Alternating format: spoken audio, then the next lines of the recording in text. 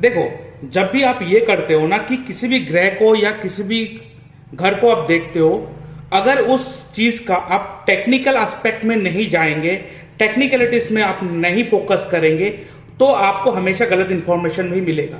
ये मैं क्यों कह रहा हूं? क्योंकि बहुत जगह पे जब मैंने बहुत सारे चीजों का मैंने एक्सप्लेनेशन दिया है, बहुत सारे यहां पे क्या होता है कि कमेंट करता है कि ये गलत है, यहां पे ये चीज नहीं है। देखो, आप लोगों को एस्ट्रोलॉजी का नॉलेज है 100%, मुझे पता है, इसलिए आप वो कह पा रहे हो। लेकिन क्या है कि पूरा डेप्थ नॉलेज नहीं है, आप टेक्निकल एस्पेक्ट में नहीं गए हो, क्योंकि आपने सिर्फ यूट्यूब वीडियो देखकर ही सीखा है ये। ठीक है, तो यूट्यूब में जितने भी आप देख के सीखेंगे, वहां पे ऊपरी जो ऊपर का जो लेयर है उसके ऊपर डिस्कशन होता है, उसके अंदर का जो टेक्निकल एस्पेक्ट है उसके ऊपर कोई भी डिस्कस नहीं करते हैं। तो अगर आपको सच में एस्ट्रोलॉजी सीखना है, सच में एस्ट्रोलॉजर बनना है और एस्ट्रोलॉजी के ऊपर टिप्पणी करना है, तो आपको एस्ट्रोलॉजी सीखना पड़ेगा।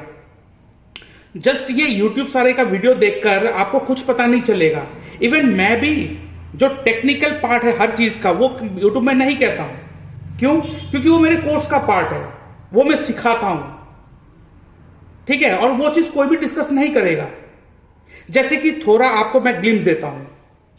बहुत सारे लोगों ने यह कहा है कि बृहस्पति उच्च होकर बैठा है, बहुत बढ़िया है, बट क्या ये उच्च का रिजल्ट जिंदगी भर देगा? आपके कुंडली में मान लेते हैं मंगल नीच है, क्या ये मंगल जिंदगी भर आपको नीचता का फल देगा? ऐसा नहीं होता है। नहीं तो आज आप मान लेते हैं कि आप 10 साल के हो, आपने किसी एस्ट्रोलॉजर को दिखाया, उन्होंने आपका कुंडली देखा, बोला आपका तो मंगल नीचे, इसके कारण आपको ये प्रॉब्लम हो सकता है। आप उसके बाद जो रूल्स जो नियम्स उन्होंने दिया वो अप्लाई करा, कुछ नहीं हुआ। अब आप 20 साल के हो, 25 साल के हो, आप दूसरे एस्ट्रोलॉजर के पास गए हो, अब वो एस्ट्रोलॉजर ने आपका कुंडली देखा, अरे आपका तो मंगल नीच है। फिर वही बात, जब आप 30 साल के हुए हो, फिर भी वही दूसरा एस्ट्रोलॉजर देखे कह रहा है मंगल आपका नीच है। 40 साल के हो, अरे आपका तो मंगल नीच है, इसी कारण आपको अभी तक वो रिजल्ट नहीं मिला। तो आप सोच रहे हो ना चीजें क्या गलत हो रही है यहां पे। देखो, जब भी मैं प्रेडिक्ट करता हूं, किसी भी कुंडली में प्रेडिक्शन करता हूं, 6 से 7 साल का एक्सपीरियंस है मेरा। मैं केपी के साथ भृगु-नंदी नाड़ी को बहुत जोरदार अप्लाई करता हूं। क्यों? क्योंकि भृगु-नंदी नाड़ी, जो मैं शॉर्ट में कहता हूं प्लैनेटरी अलाइनमेंट टेक्निक, ये अलाइनमेंट का कारक है। मतलब अगर आपके कुंडली में कोई कॉम्बिनेशंस है और वो कॉम्बिनेशंस कुछ कह रहा है आपसे कि आपको ऐसे करना है, तो ऐसे करना है। चंद्र शुक्र साथ में है, हर कोई कहेगा लड़कियों से, औरत जात से आपको धोखा मिलेगा, बट ये प्रोमिनेंट कॉम्बिनेशन है for those who want to be in artistic field. इनके अंदर कला होता है।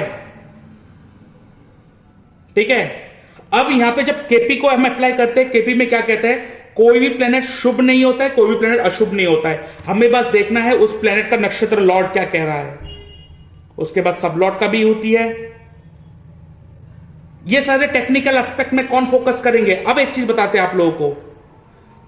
अब क्या होता है, मान लेते हैं आपको कोई स्किन का डिजीज हुआ, आपको किडनी का प्रॉब्लम हुआ, आपको लीवर का प्रॉब्लम हुआ, तुरंत क्या कह देगा, स्किन का डिजीज है, मर्क्यूरी खराब है आपका। किडनी का प्रॉब्लम है, वीनस खराब है, और आप रेमेडी करने जा रहे हो, उपाय करके मिला कुछ नहीं मिला। क्यों? क्योंकि टेक्निकल एस्पेक्ट में किसी को भी घुसना नहीं है। और आप 90% एस्ट्रोलॉजर को देखोगे वो टेक्निकल एस्पेक्ट में जाता ही नहीं है। अब टेक्निकल एस्पेक्ट मतलब कैसे, अब मैं बताता हूं आपको। मैं ऐसे ही एवं ही कुछ भी नहीं कह देता हूं, ठीक है। कुछ लोग हैं जो फालतू का कमेंट करता है मेरे वीडियो में आकर। पहले आप एस्ट्रोलॉजी सीखिए, देन पोक योर नोज। ठीक है, अब क्यों कह रहा हूं, देखो, हर गांव का एक मुखिया होता है, और उस मुखिया को पसंद करने वाले भी बहुत सारे व्यक्ति होंगे और डिसलाइक करने वाले भी बहुत सारे व्यक्ति होंगे। और जो डिसलाइक करेंगे वो कोशिश करेंगे कि मुखिया को कैसे भी करके हार्म करे, और जो उसको पसंद करता है उसे प्रोटेक्ट करने की कोशिश करेगा। इन द सेम वे आपके कुंडली का जो मुखिया है कौन है, आपका लगन का मालिक, आपका जो लगन का मालिक है वो आपका मुखिया है, और मुखिया कभी भी आपको चोट पहुंचाने की कोशिश नहीं करेगा। और मुखिया का जो दोस्त है वो मूल त्रिकोण में बैठता है, और मूल त्रिकोण वाला कौन हो गया? मुखिया का दोस्त। और मुखिया का जो दोस्त है वो मुखिया को प्रोटेक्ट करने में हेल्प करता है, मुखिया को सपोर्ट करता है आगे बढ़ने में। और मुखिया का जो दुश्मन है वो उसको हार्म करने के बारे में सोचता है। सिंपल चीज अप्लाई कीजिए, सिंपल।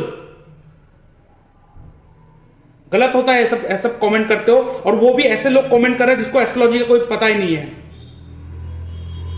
मुझे बोलना जरूरी लगा अभी, क्योंकि ऐसे कमेंट से ना लोग मिसलीड होते हैं। ठीक है, लाइफ के 6-7 साल मैंने यहां पे दिया अभी तक। मैं नहीं कह रहा हूं कि मुझे सब कुछ पता है, बहुत कुछ पता नहीं है, मुझे बहुत कुछ सीखना अभी भी, मैं सीख रहा हूं, बहुत सारा चीज पढ़ भी रहा हूं। बट आप लोगों को जानना की जरूरत है कि जब तक टेक्निकल एस्पेक्ट में नहीं जाएंगे तब तक कुछ नहीं होगा। यूट्यूब वीडियो देख के कुछ नहीं सीखोगे, और वो सारे छोटे छोटे यूट्यूब वीडियो देख के यहाँ पे कमेंट में मुझे सिखाने आ जाते हो, दैट्स नॉट गुड। मैं यहाँ पे आप लोगों का भलाई, आप लोगों को एक रास्ता दिखाने के लिए बैठा हूं। भला मैं चाहता हूं कि लोगों का भला हो। मैं यहां पे किसी का प्रॉब्लम में फेंकने के लिए, कोई प्रॉब्लम क्रिएट करने के लिए नहीं आया हूं, जो आप ऐसे कमेंट करते हो। ठीक है, जरूरी लगा बोलना, क्योंकि ऐसे कमेंट अच्छे लोग जो देखते हैं ना, जो चाहते हैं कि एक्चुअली सॉल्यूशन मिले, वो व्यक्ति यहां पे भड़क जाते हैं ऐसे कमेंट देखकर। चलिए कोई बात नहीं, ये उन लोगों का जलन है, तो उनका जलन, वो अपना जलन जो है ना इस तरह से एक्सप्रेस करते हैं, इन निगेटिव वे से कमेंट करके। ठीक है, लेकिन अगर कमेंट कर रहे हैं ना, पहले सीखिए।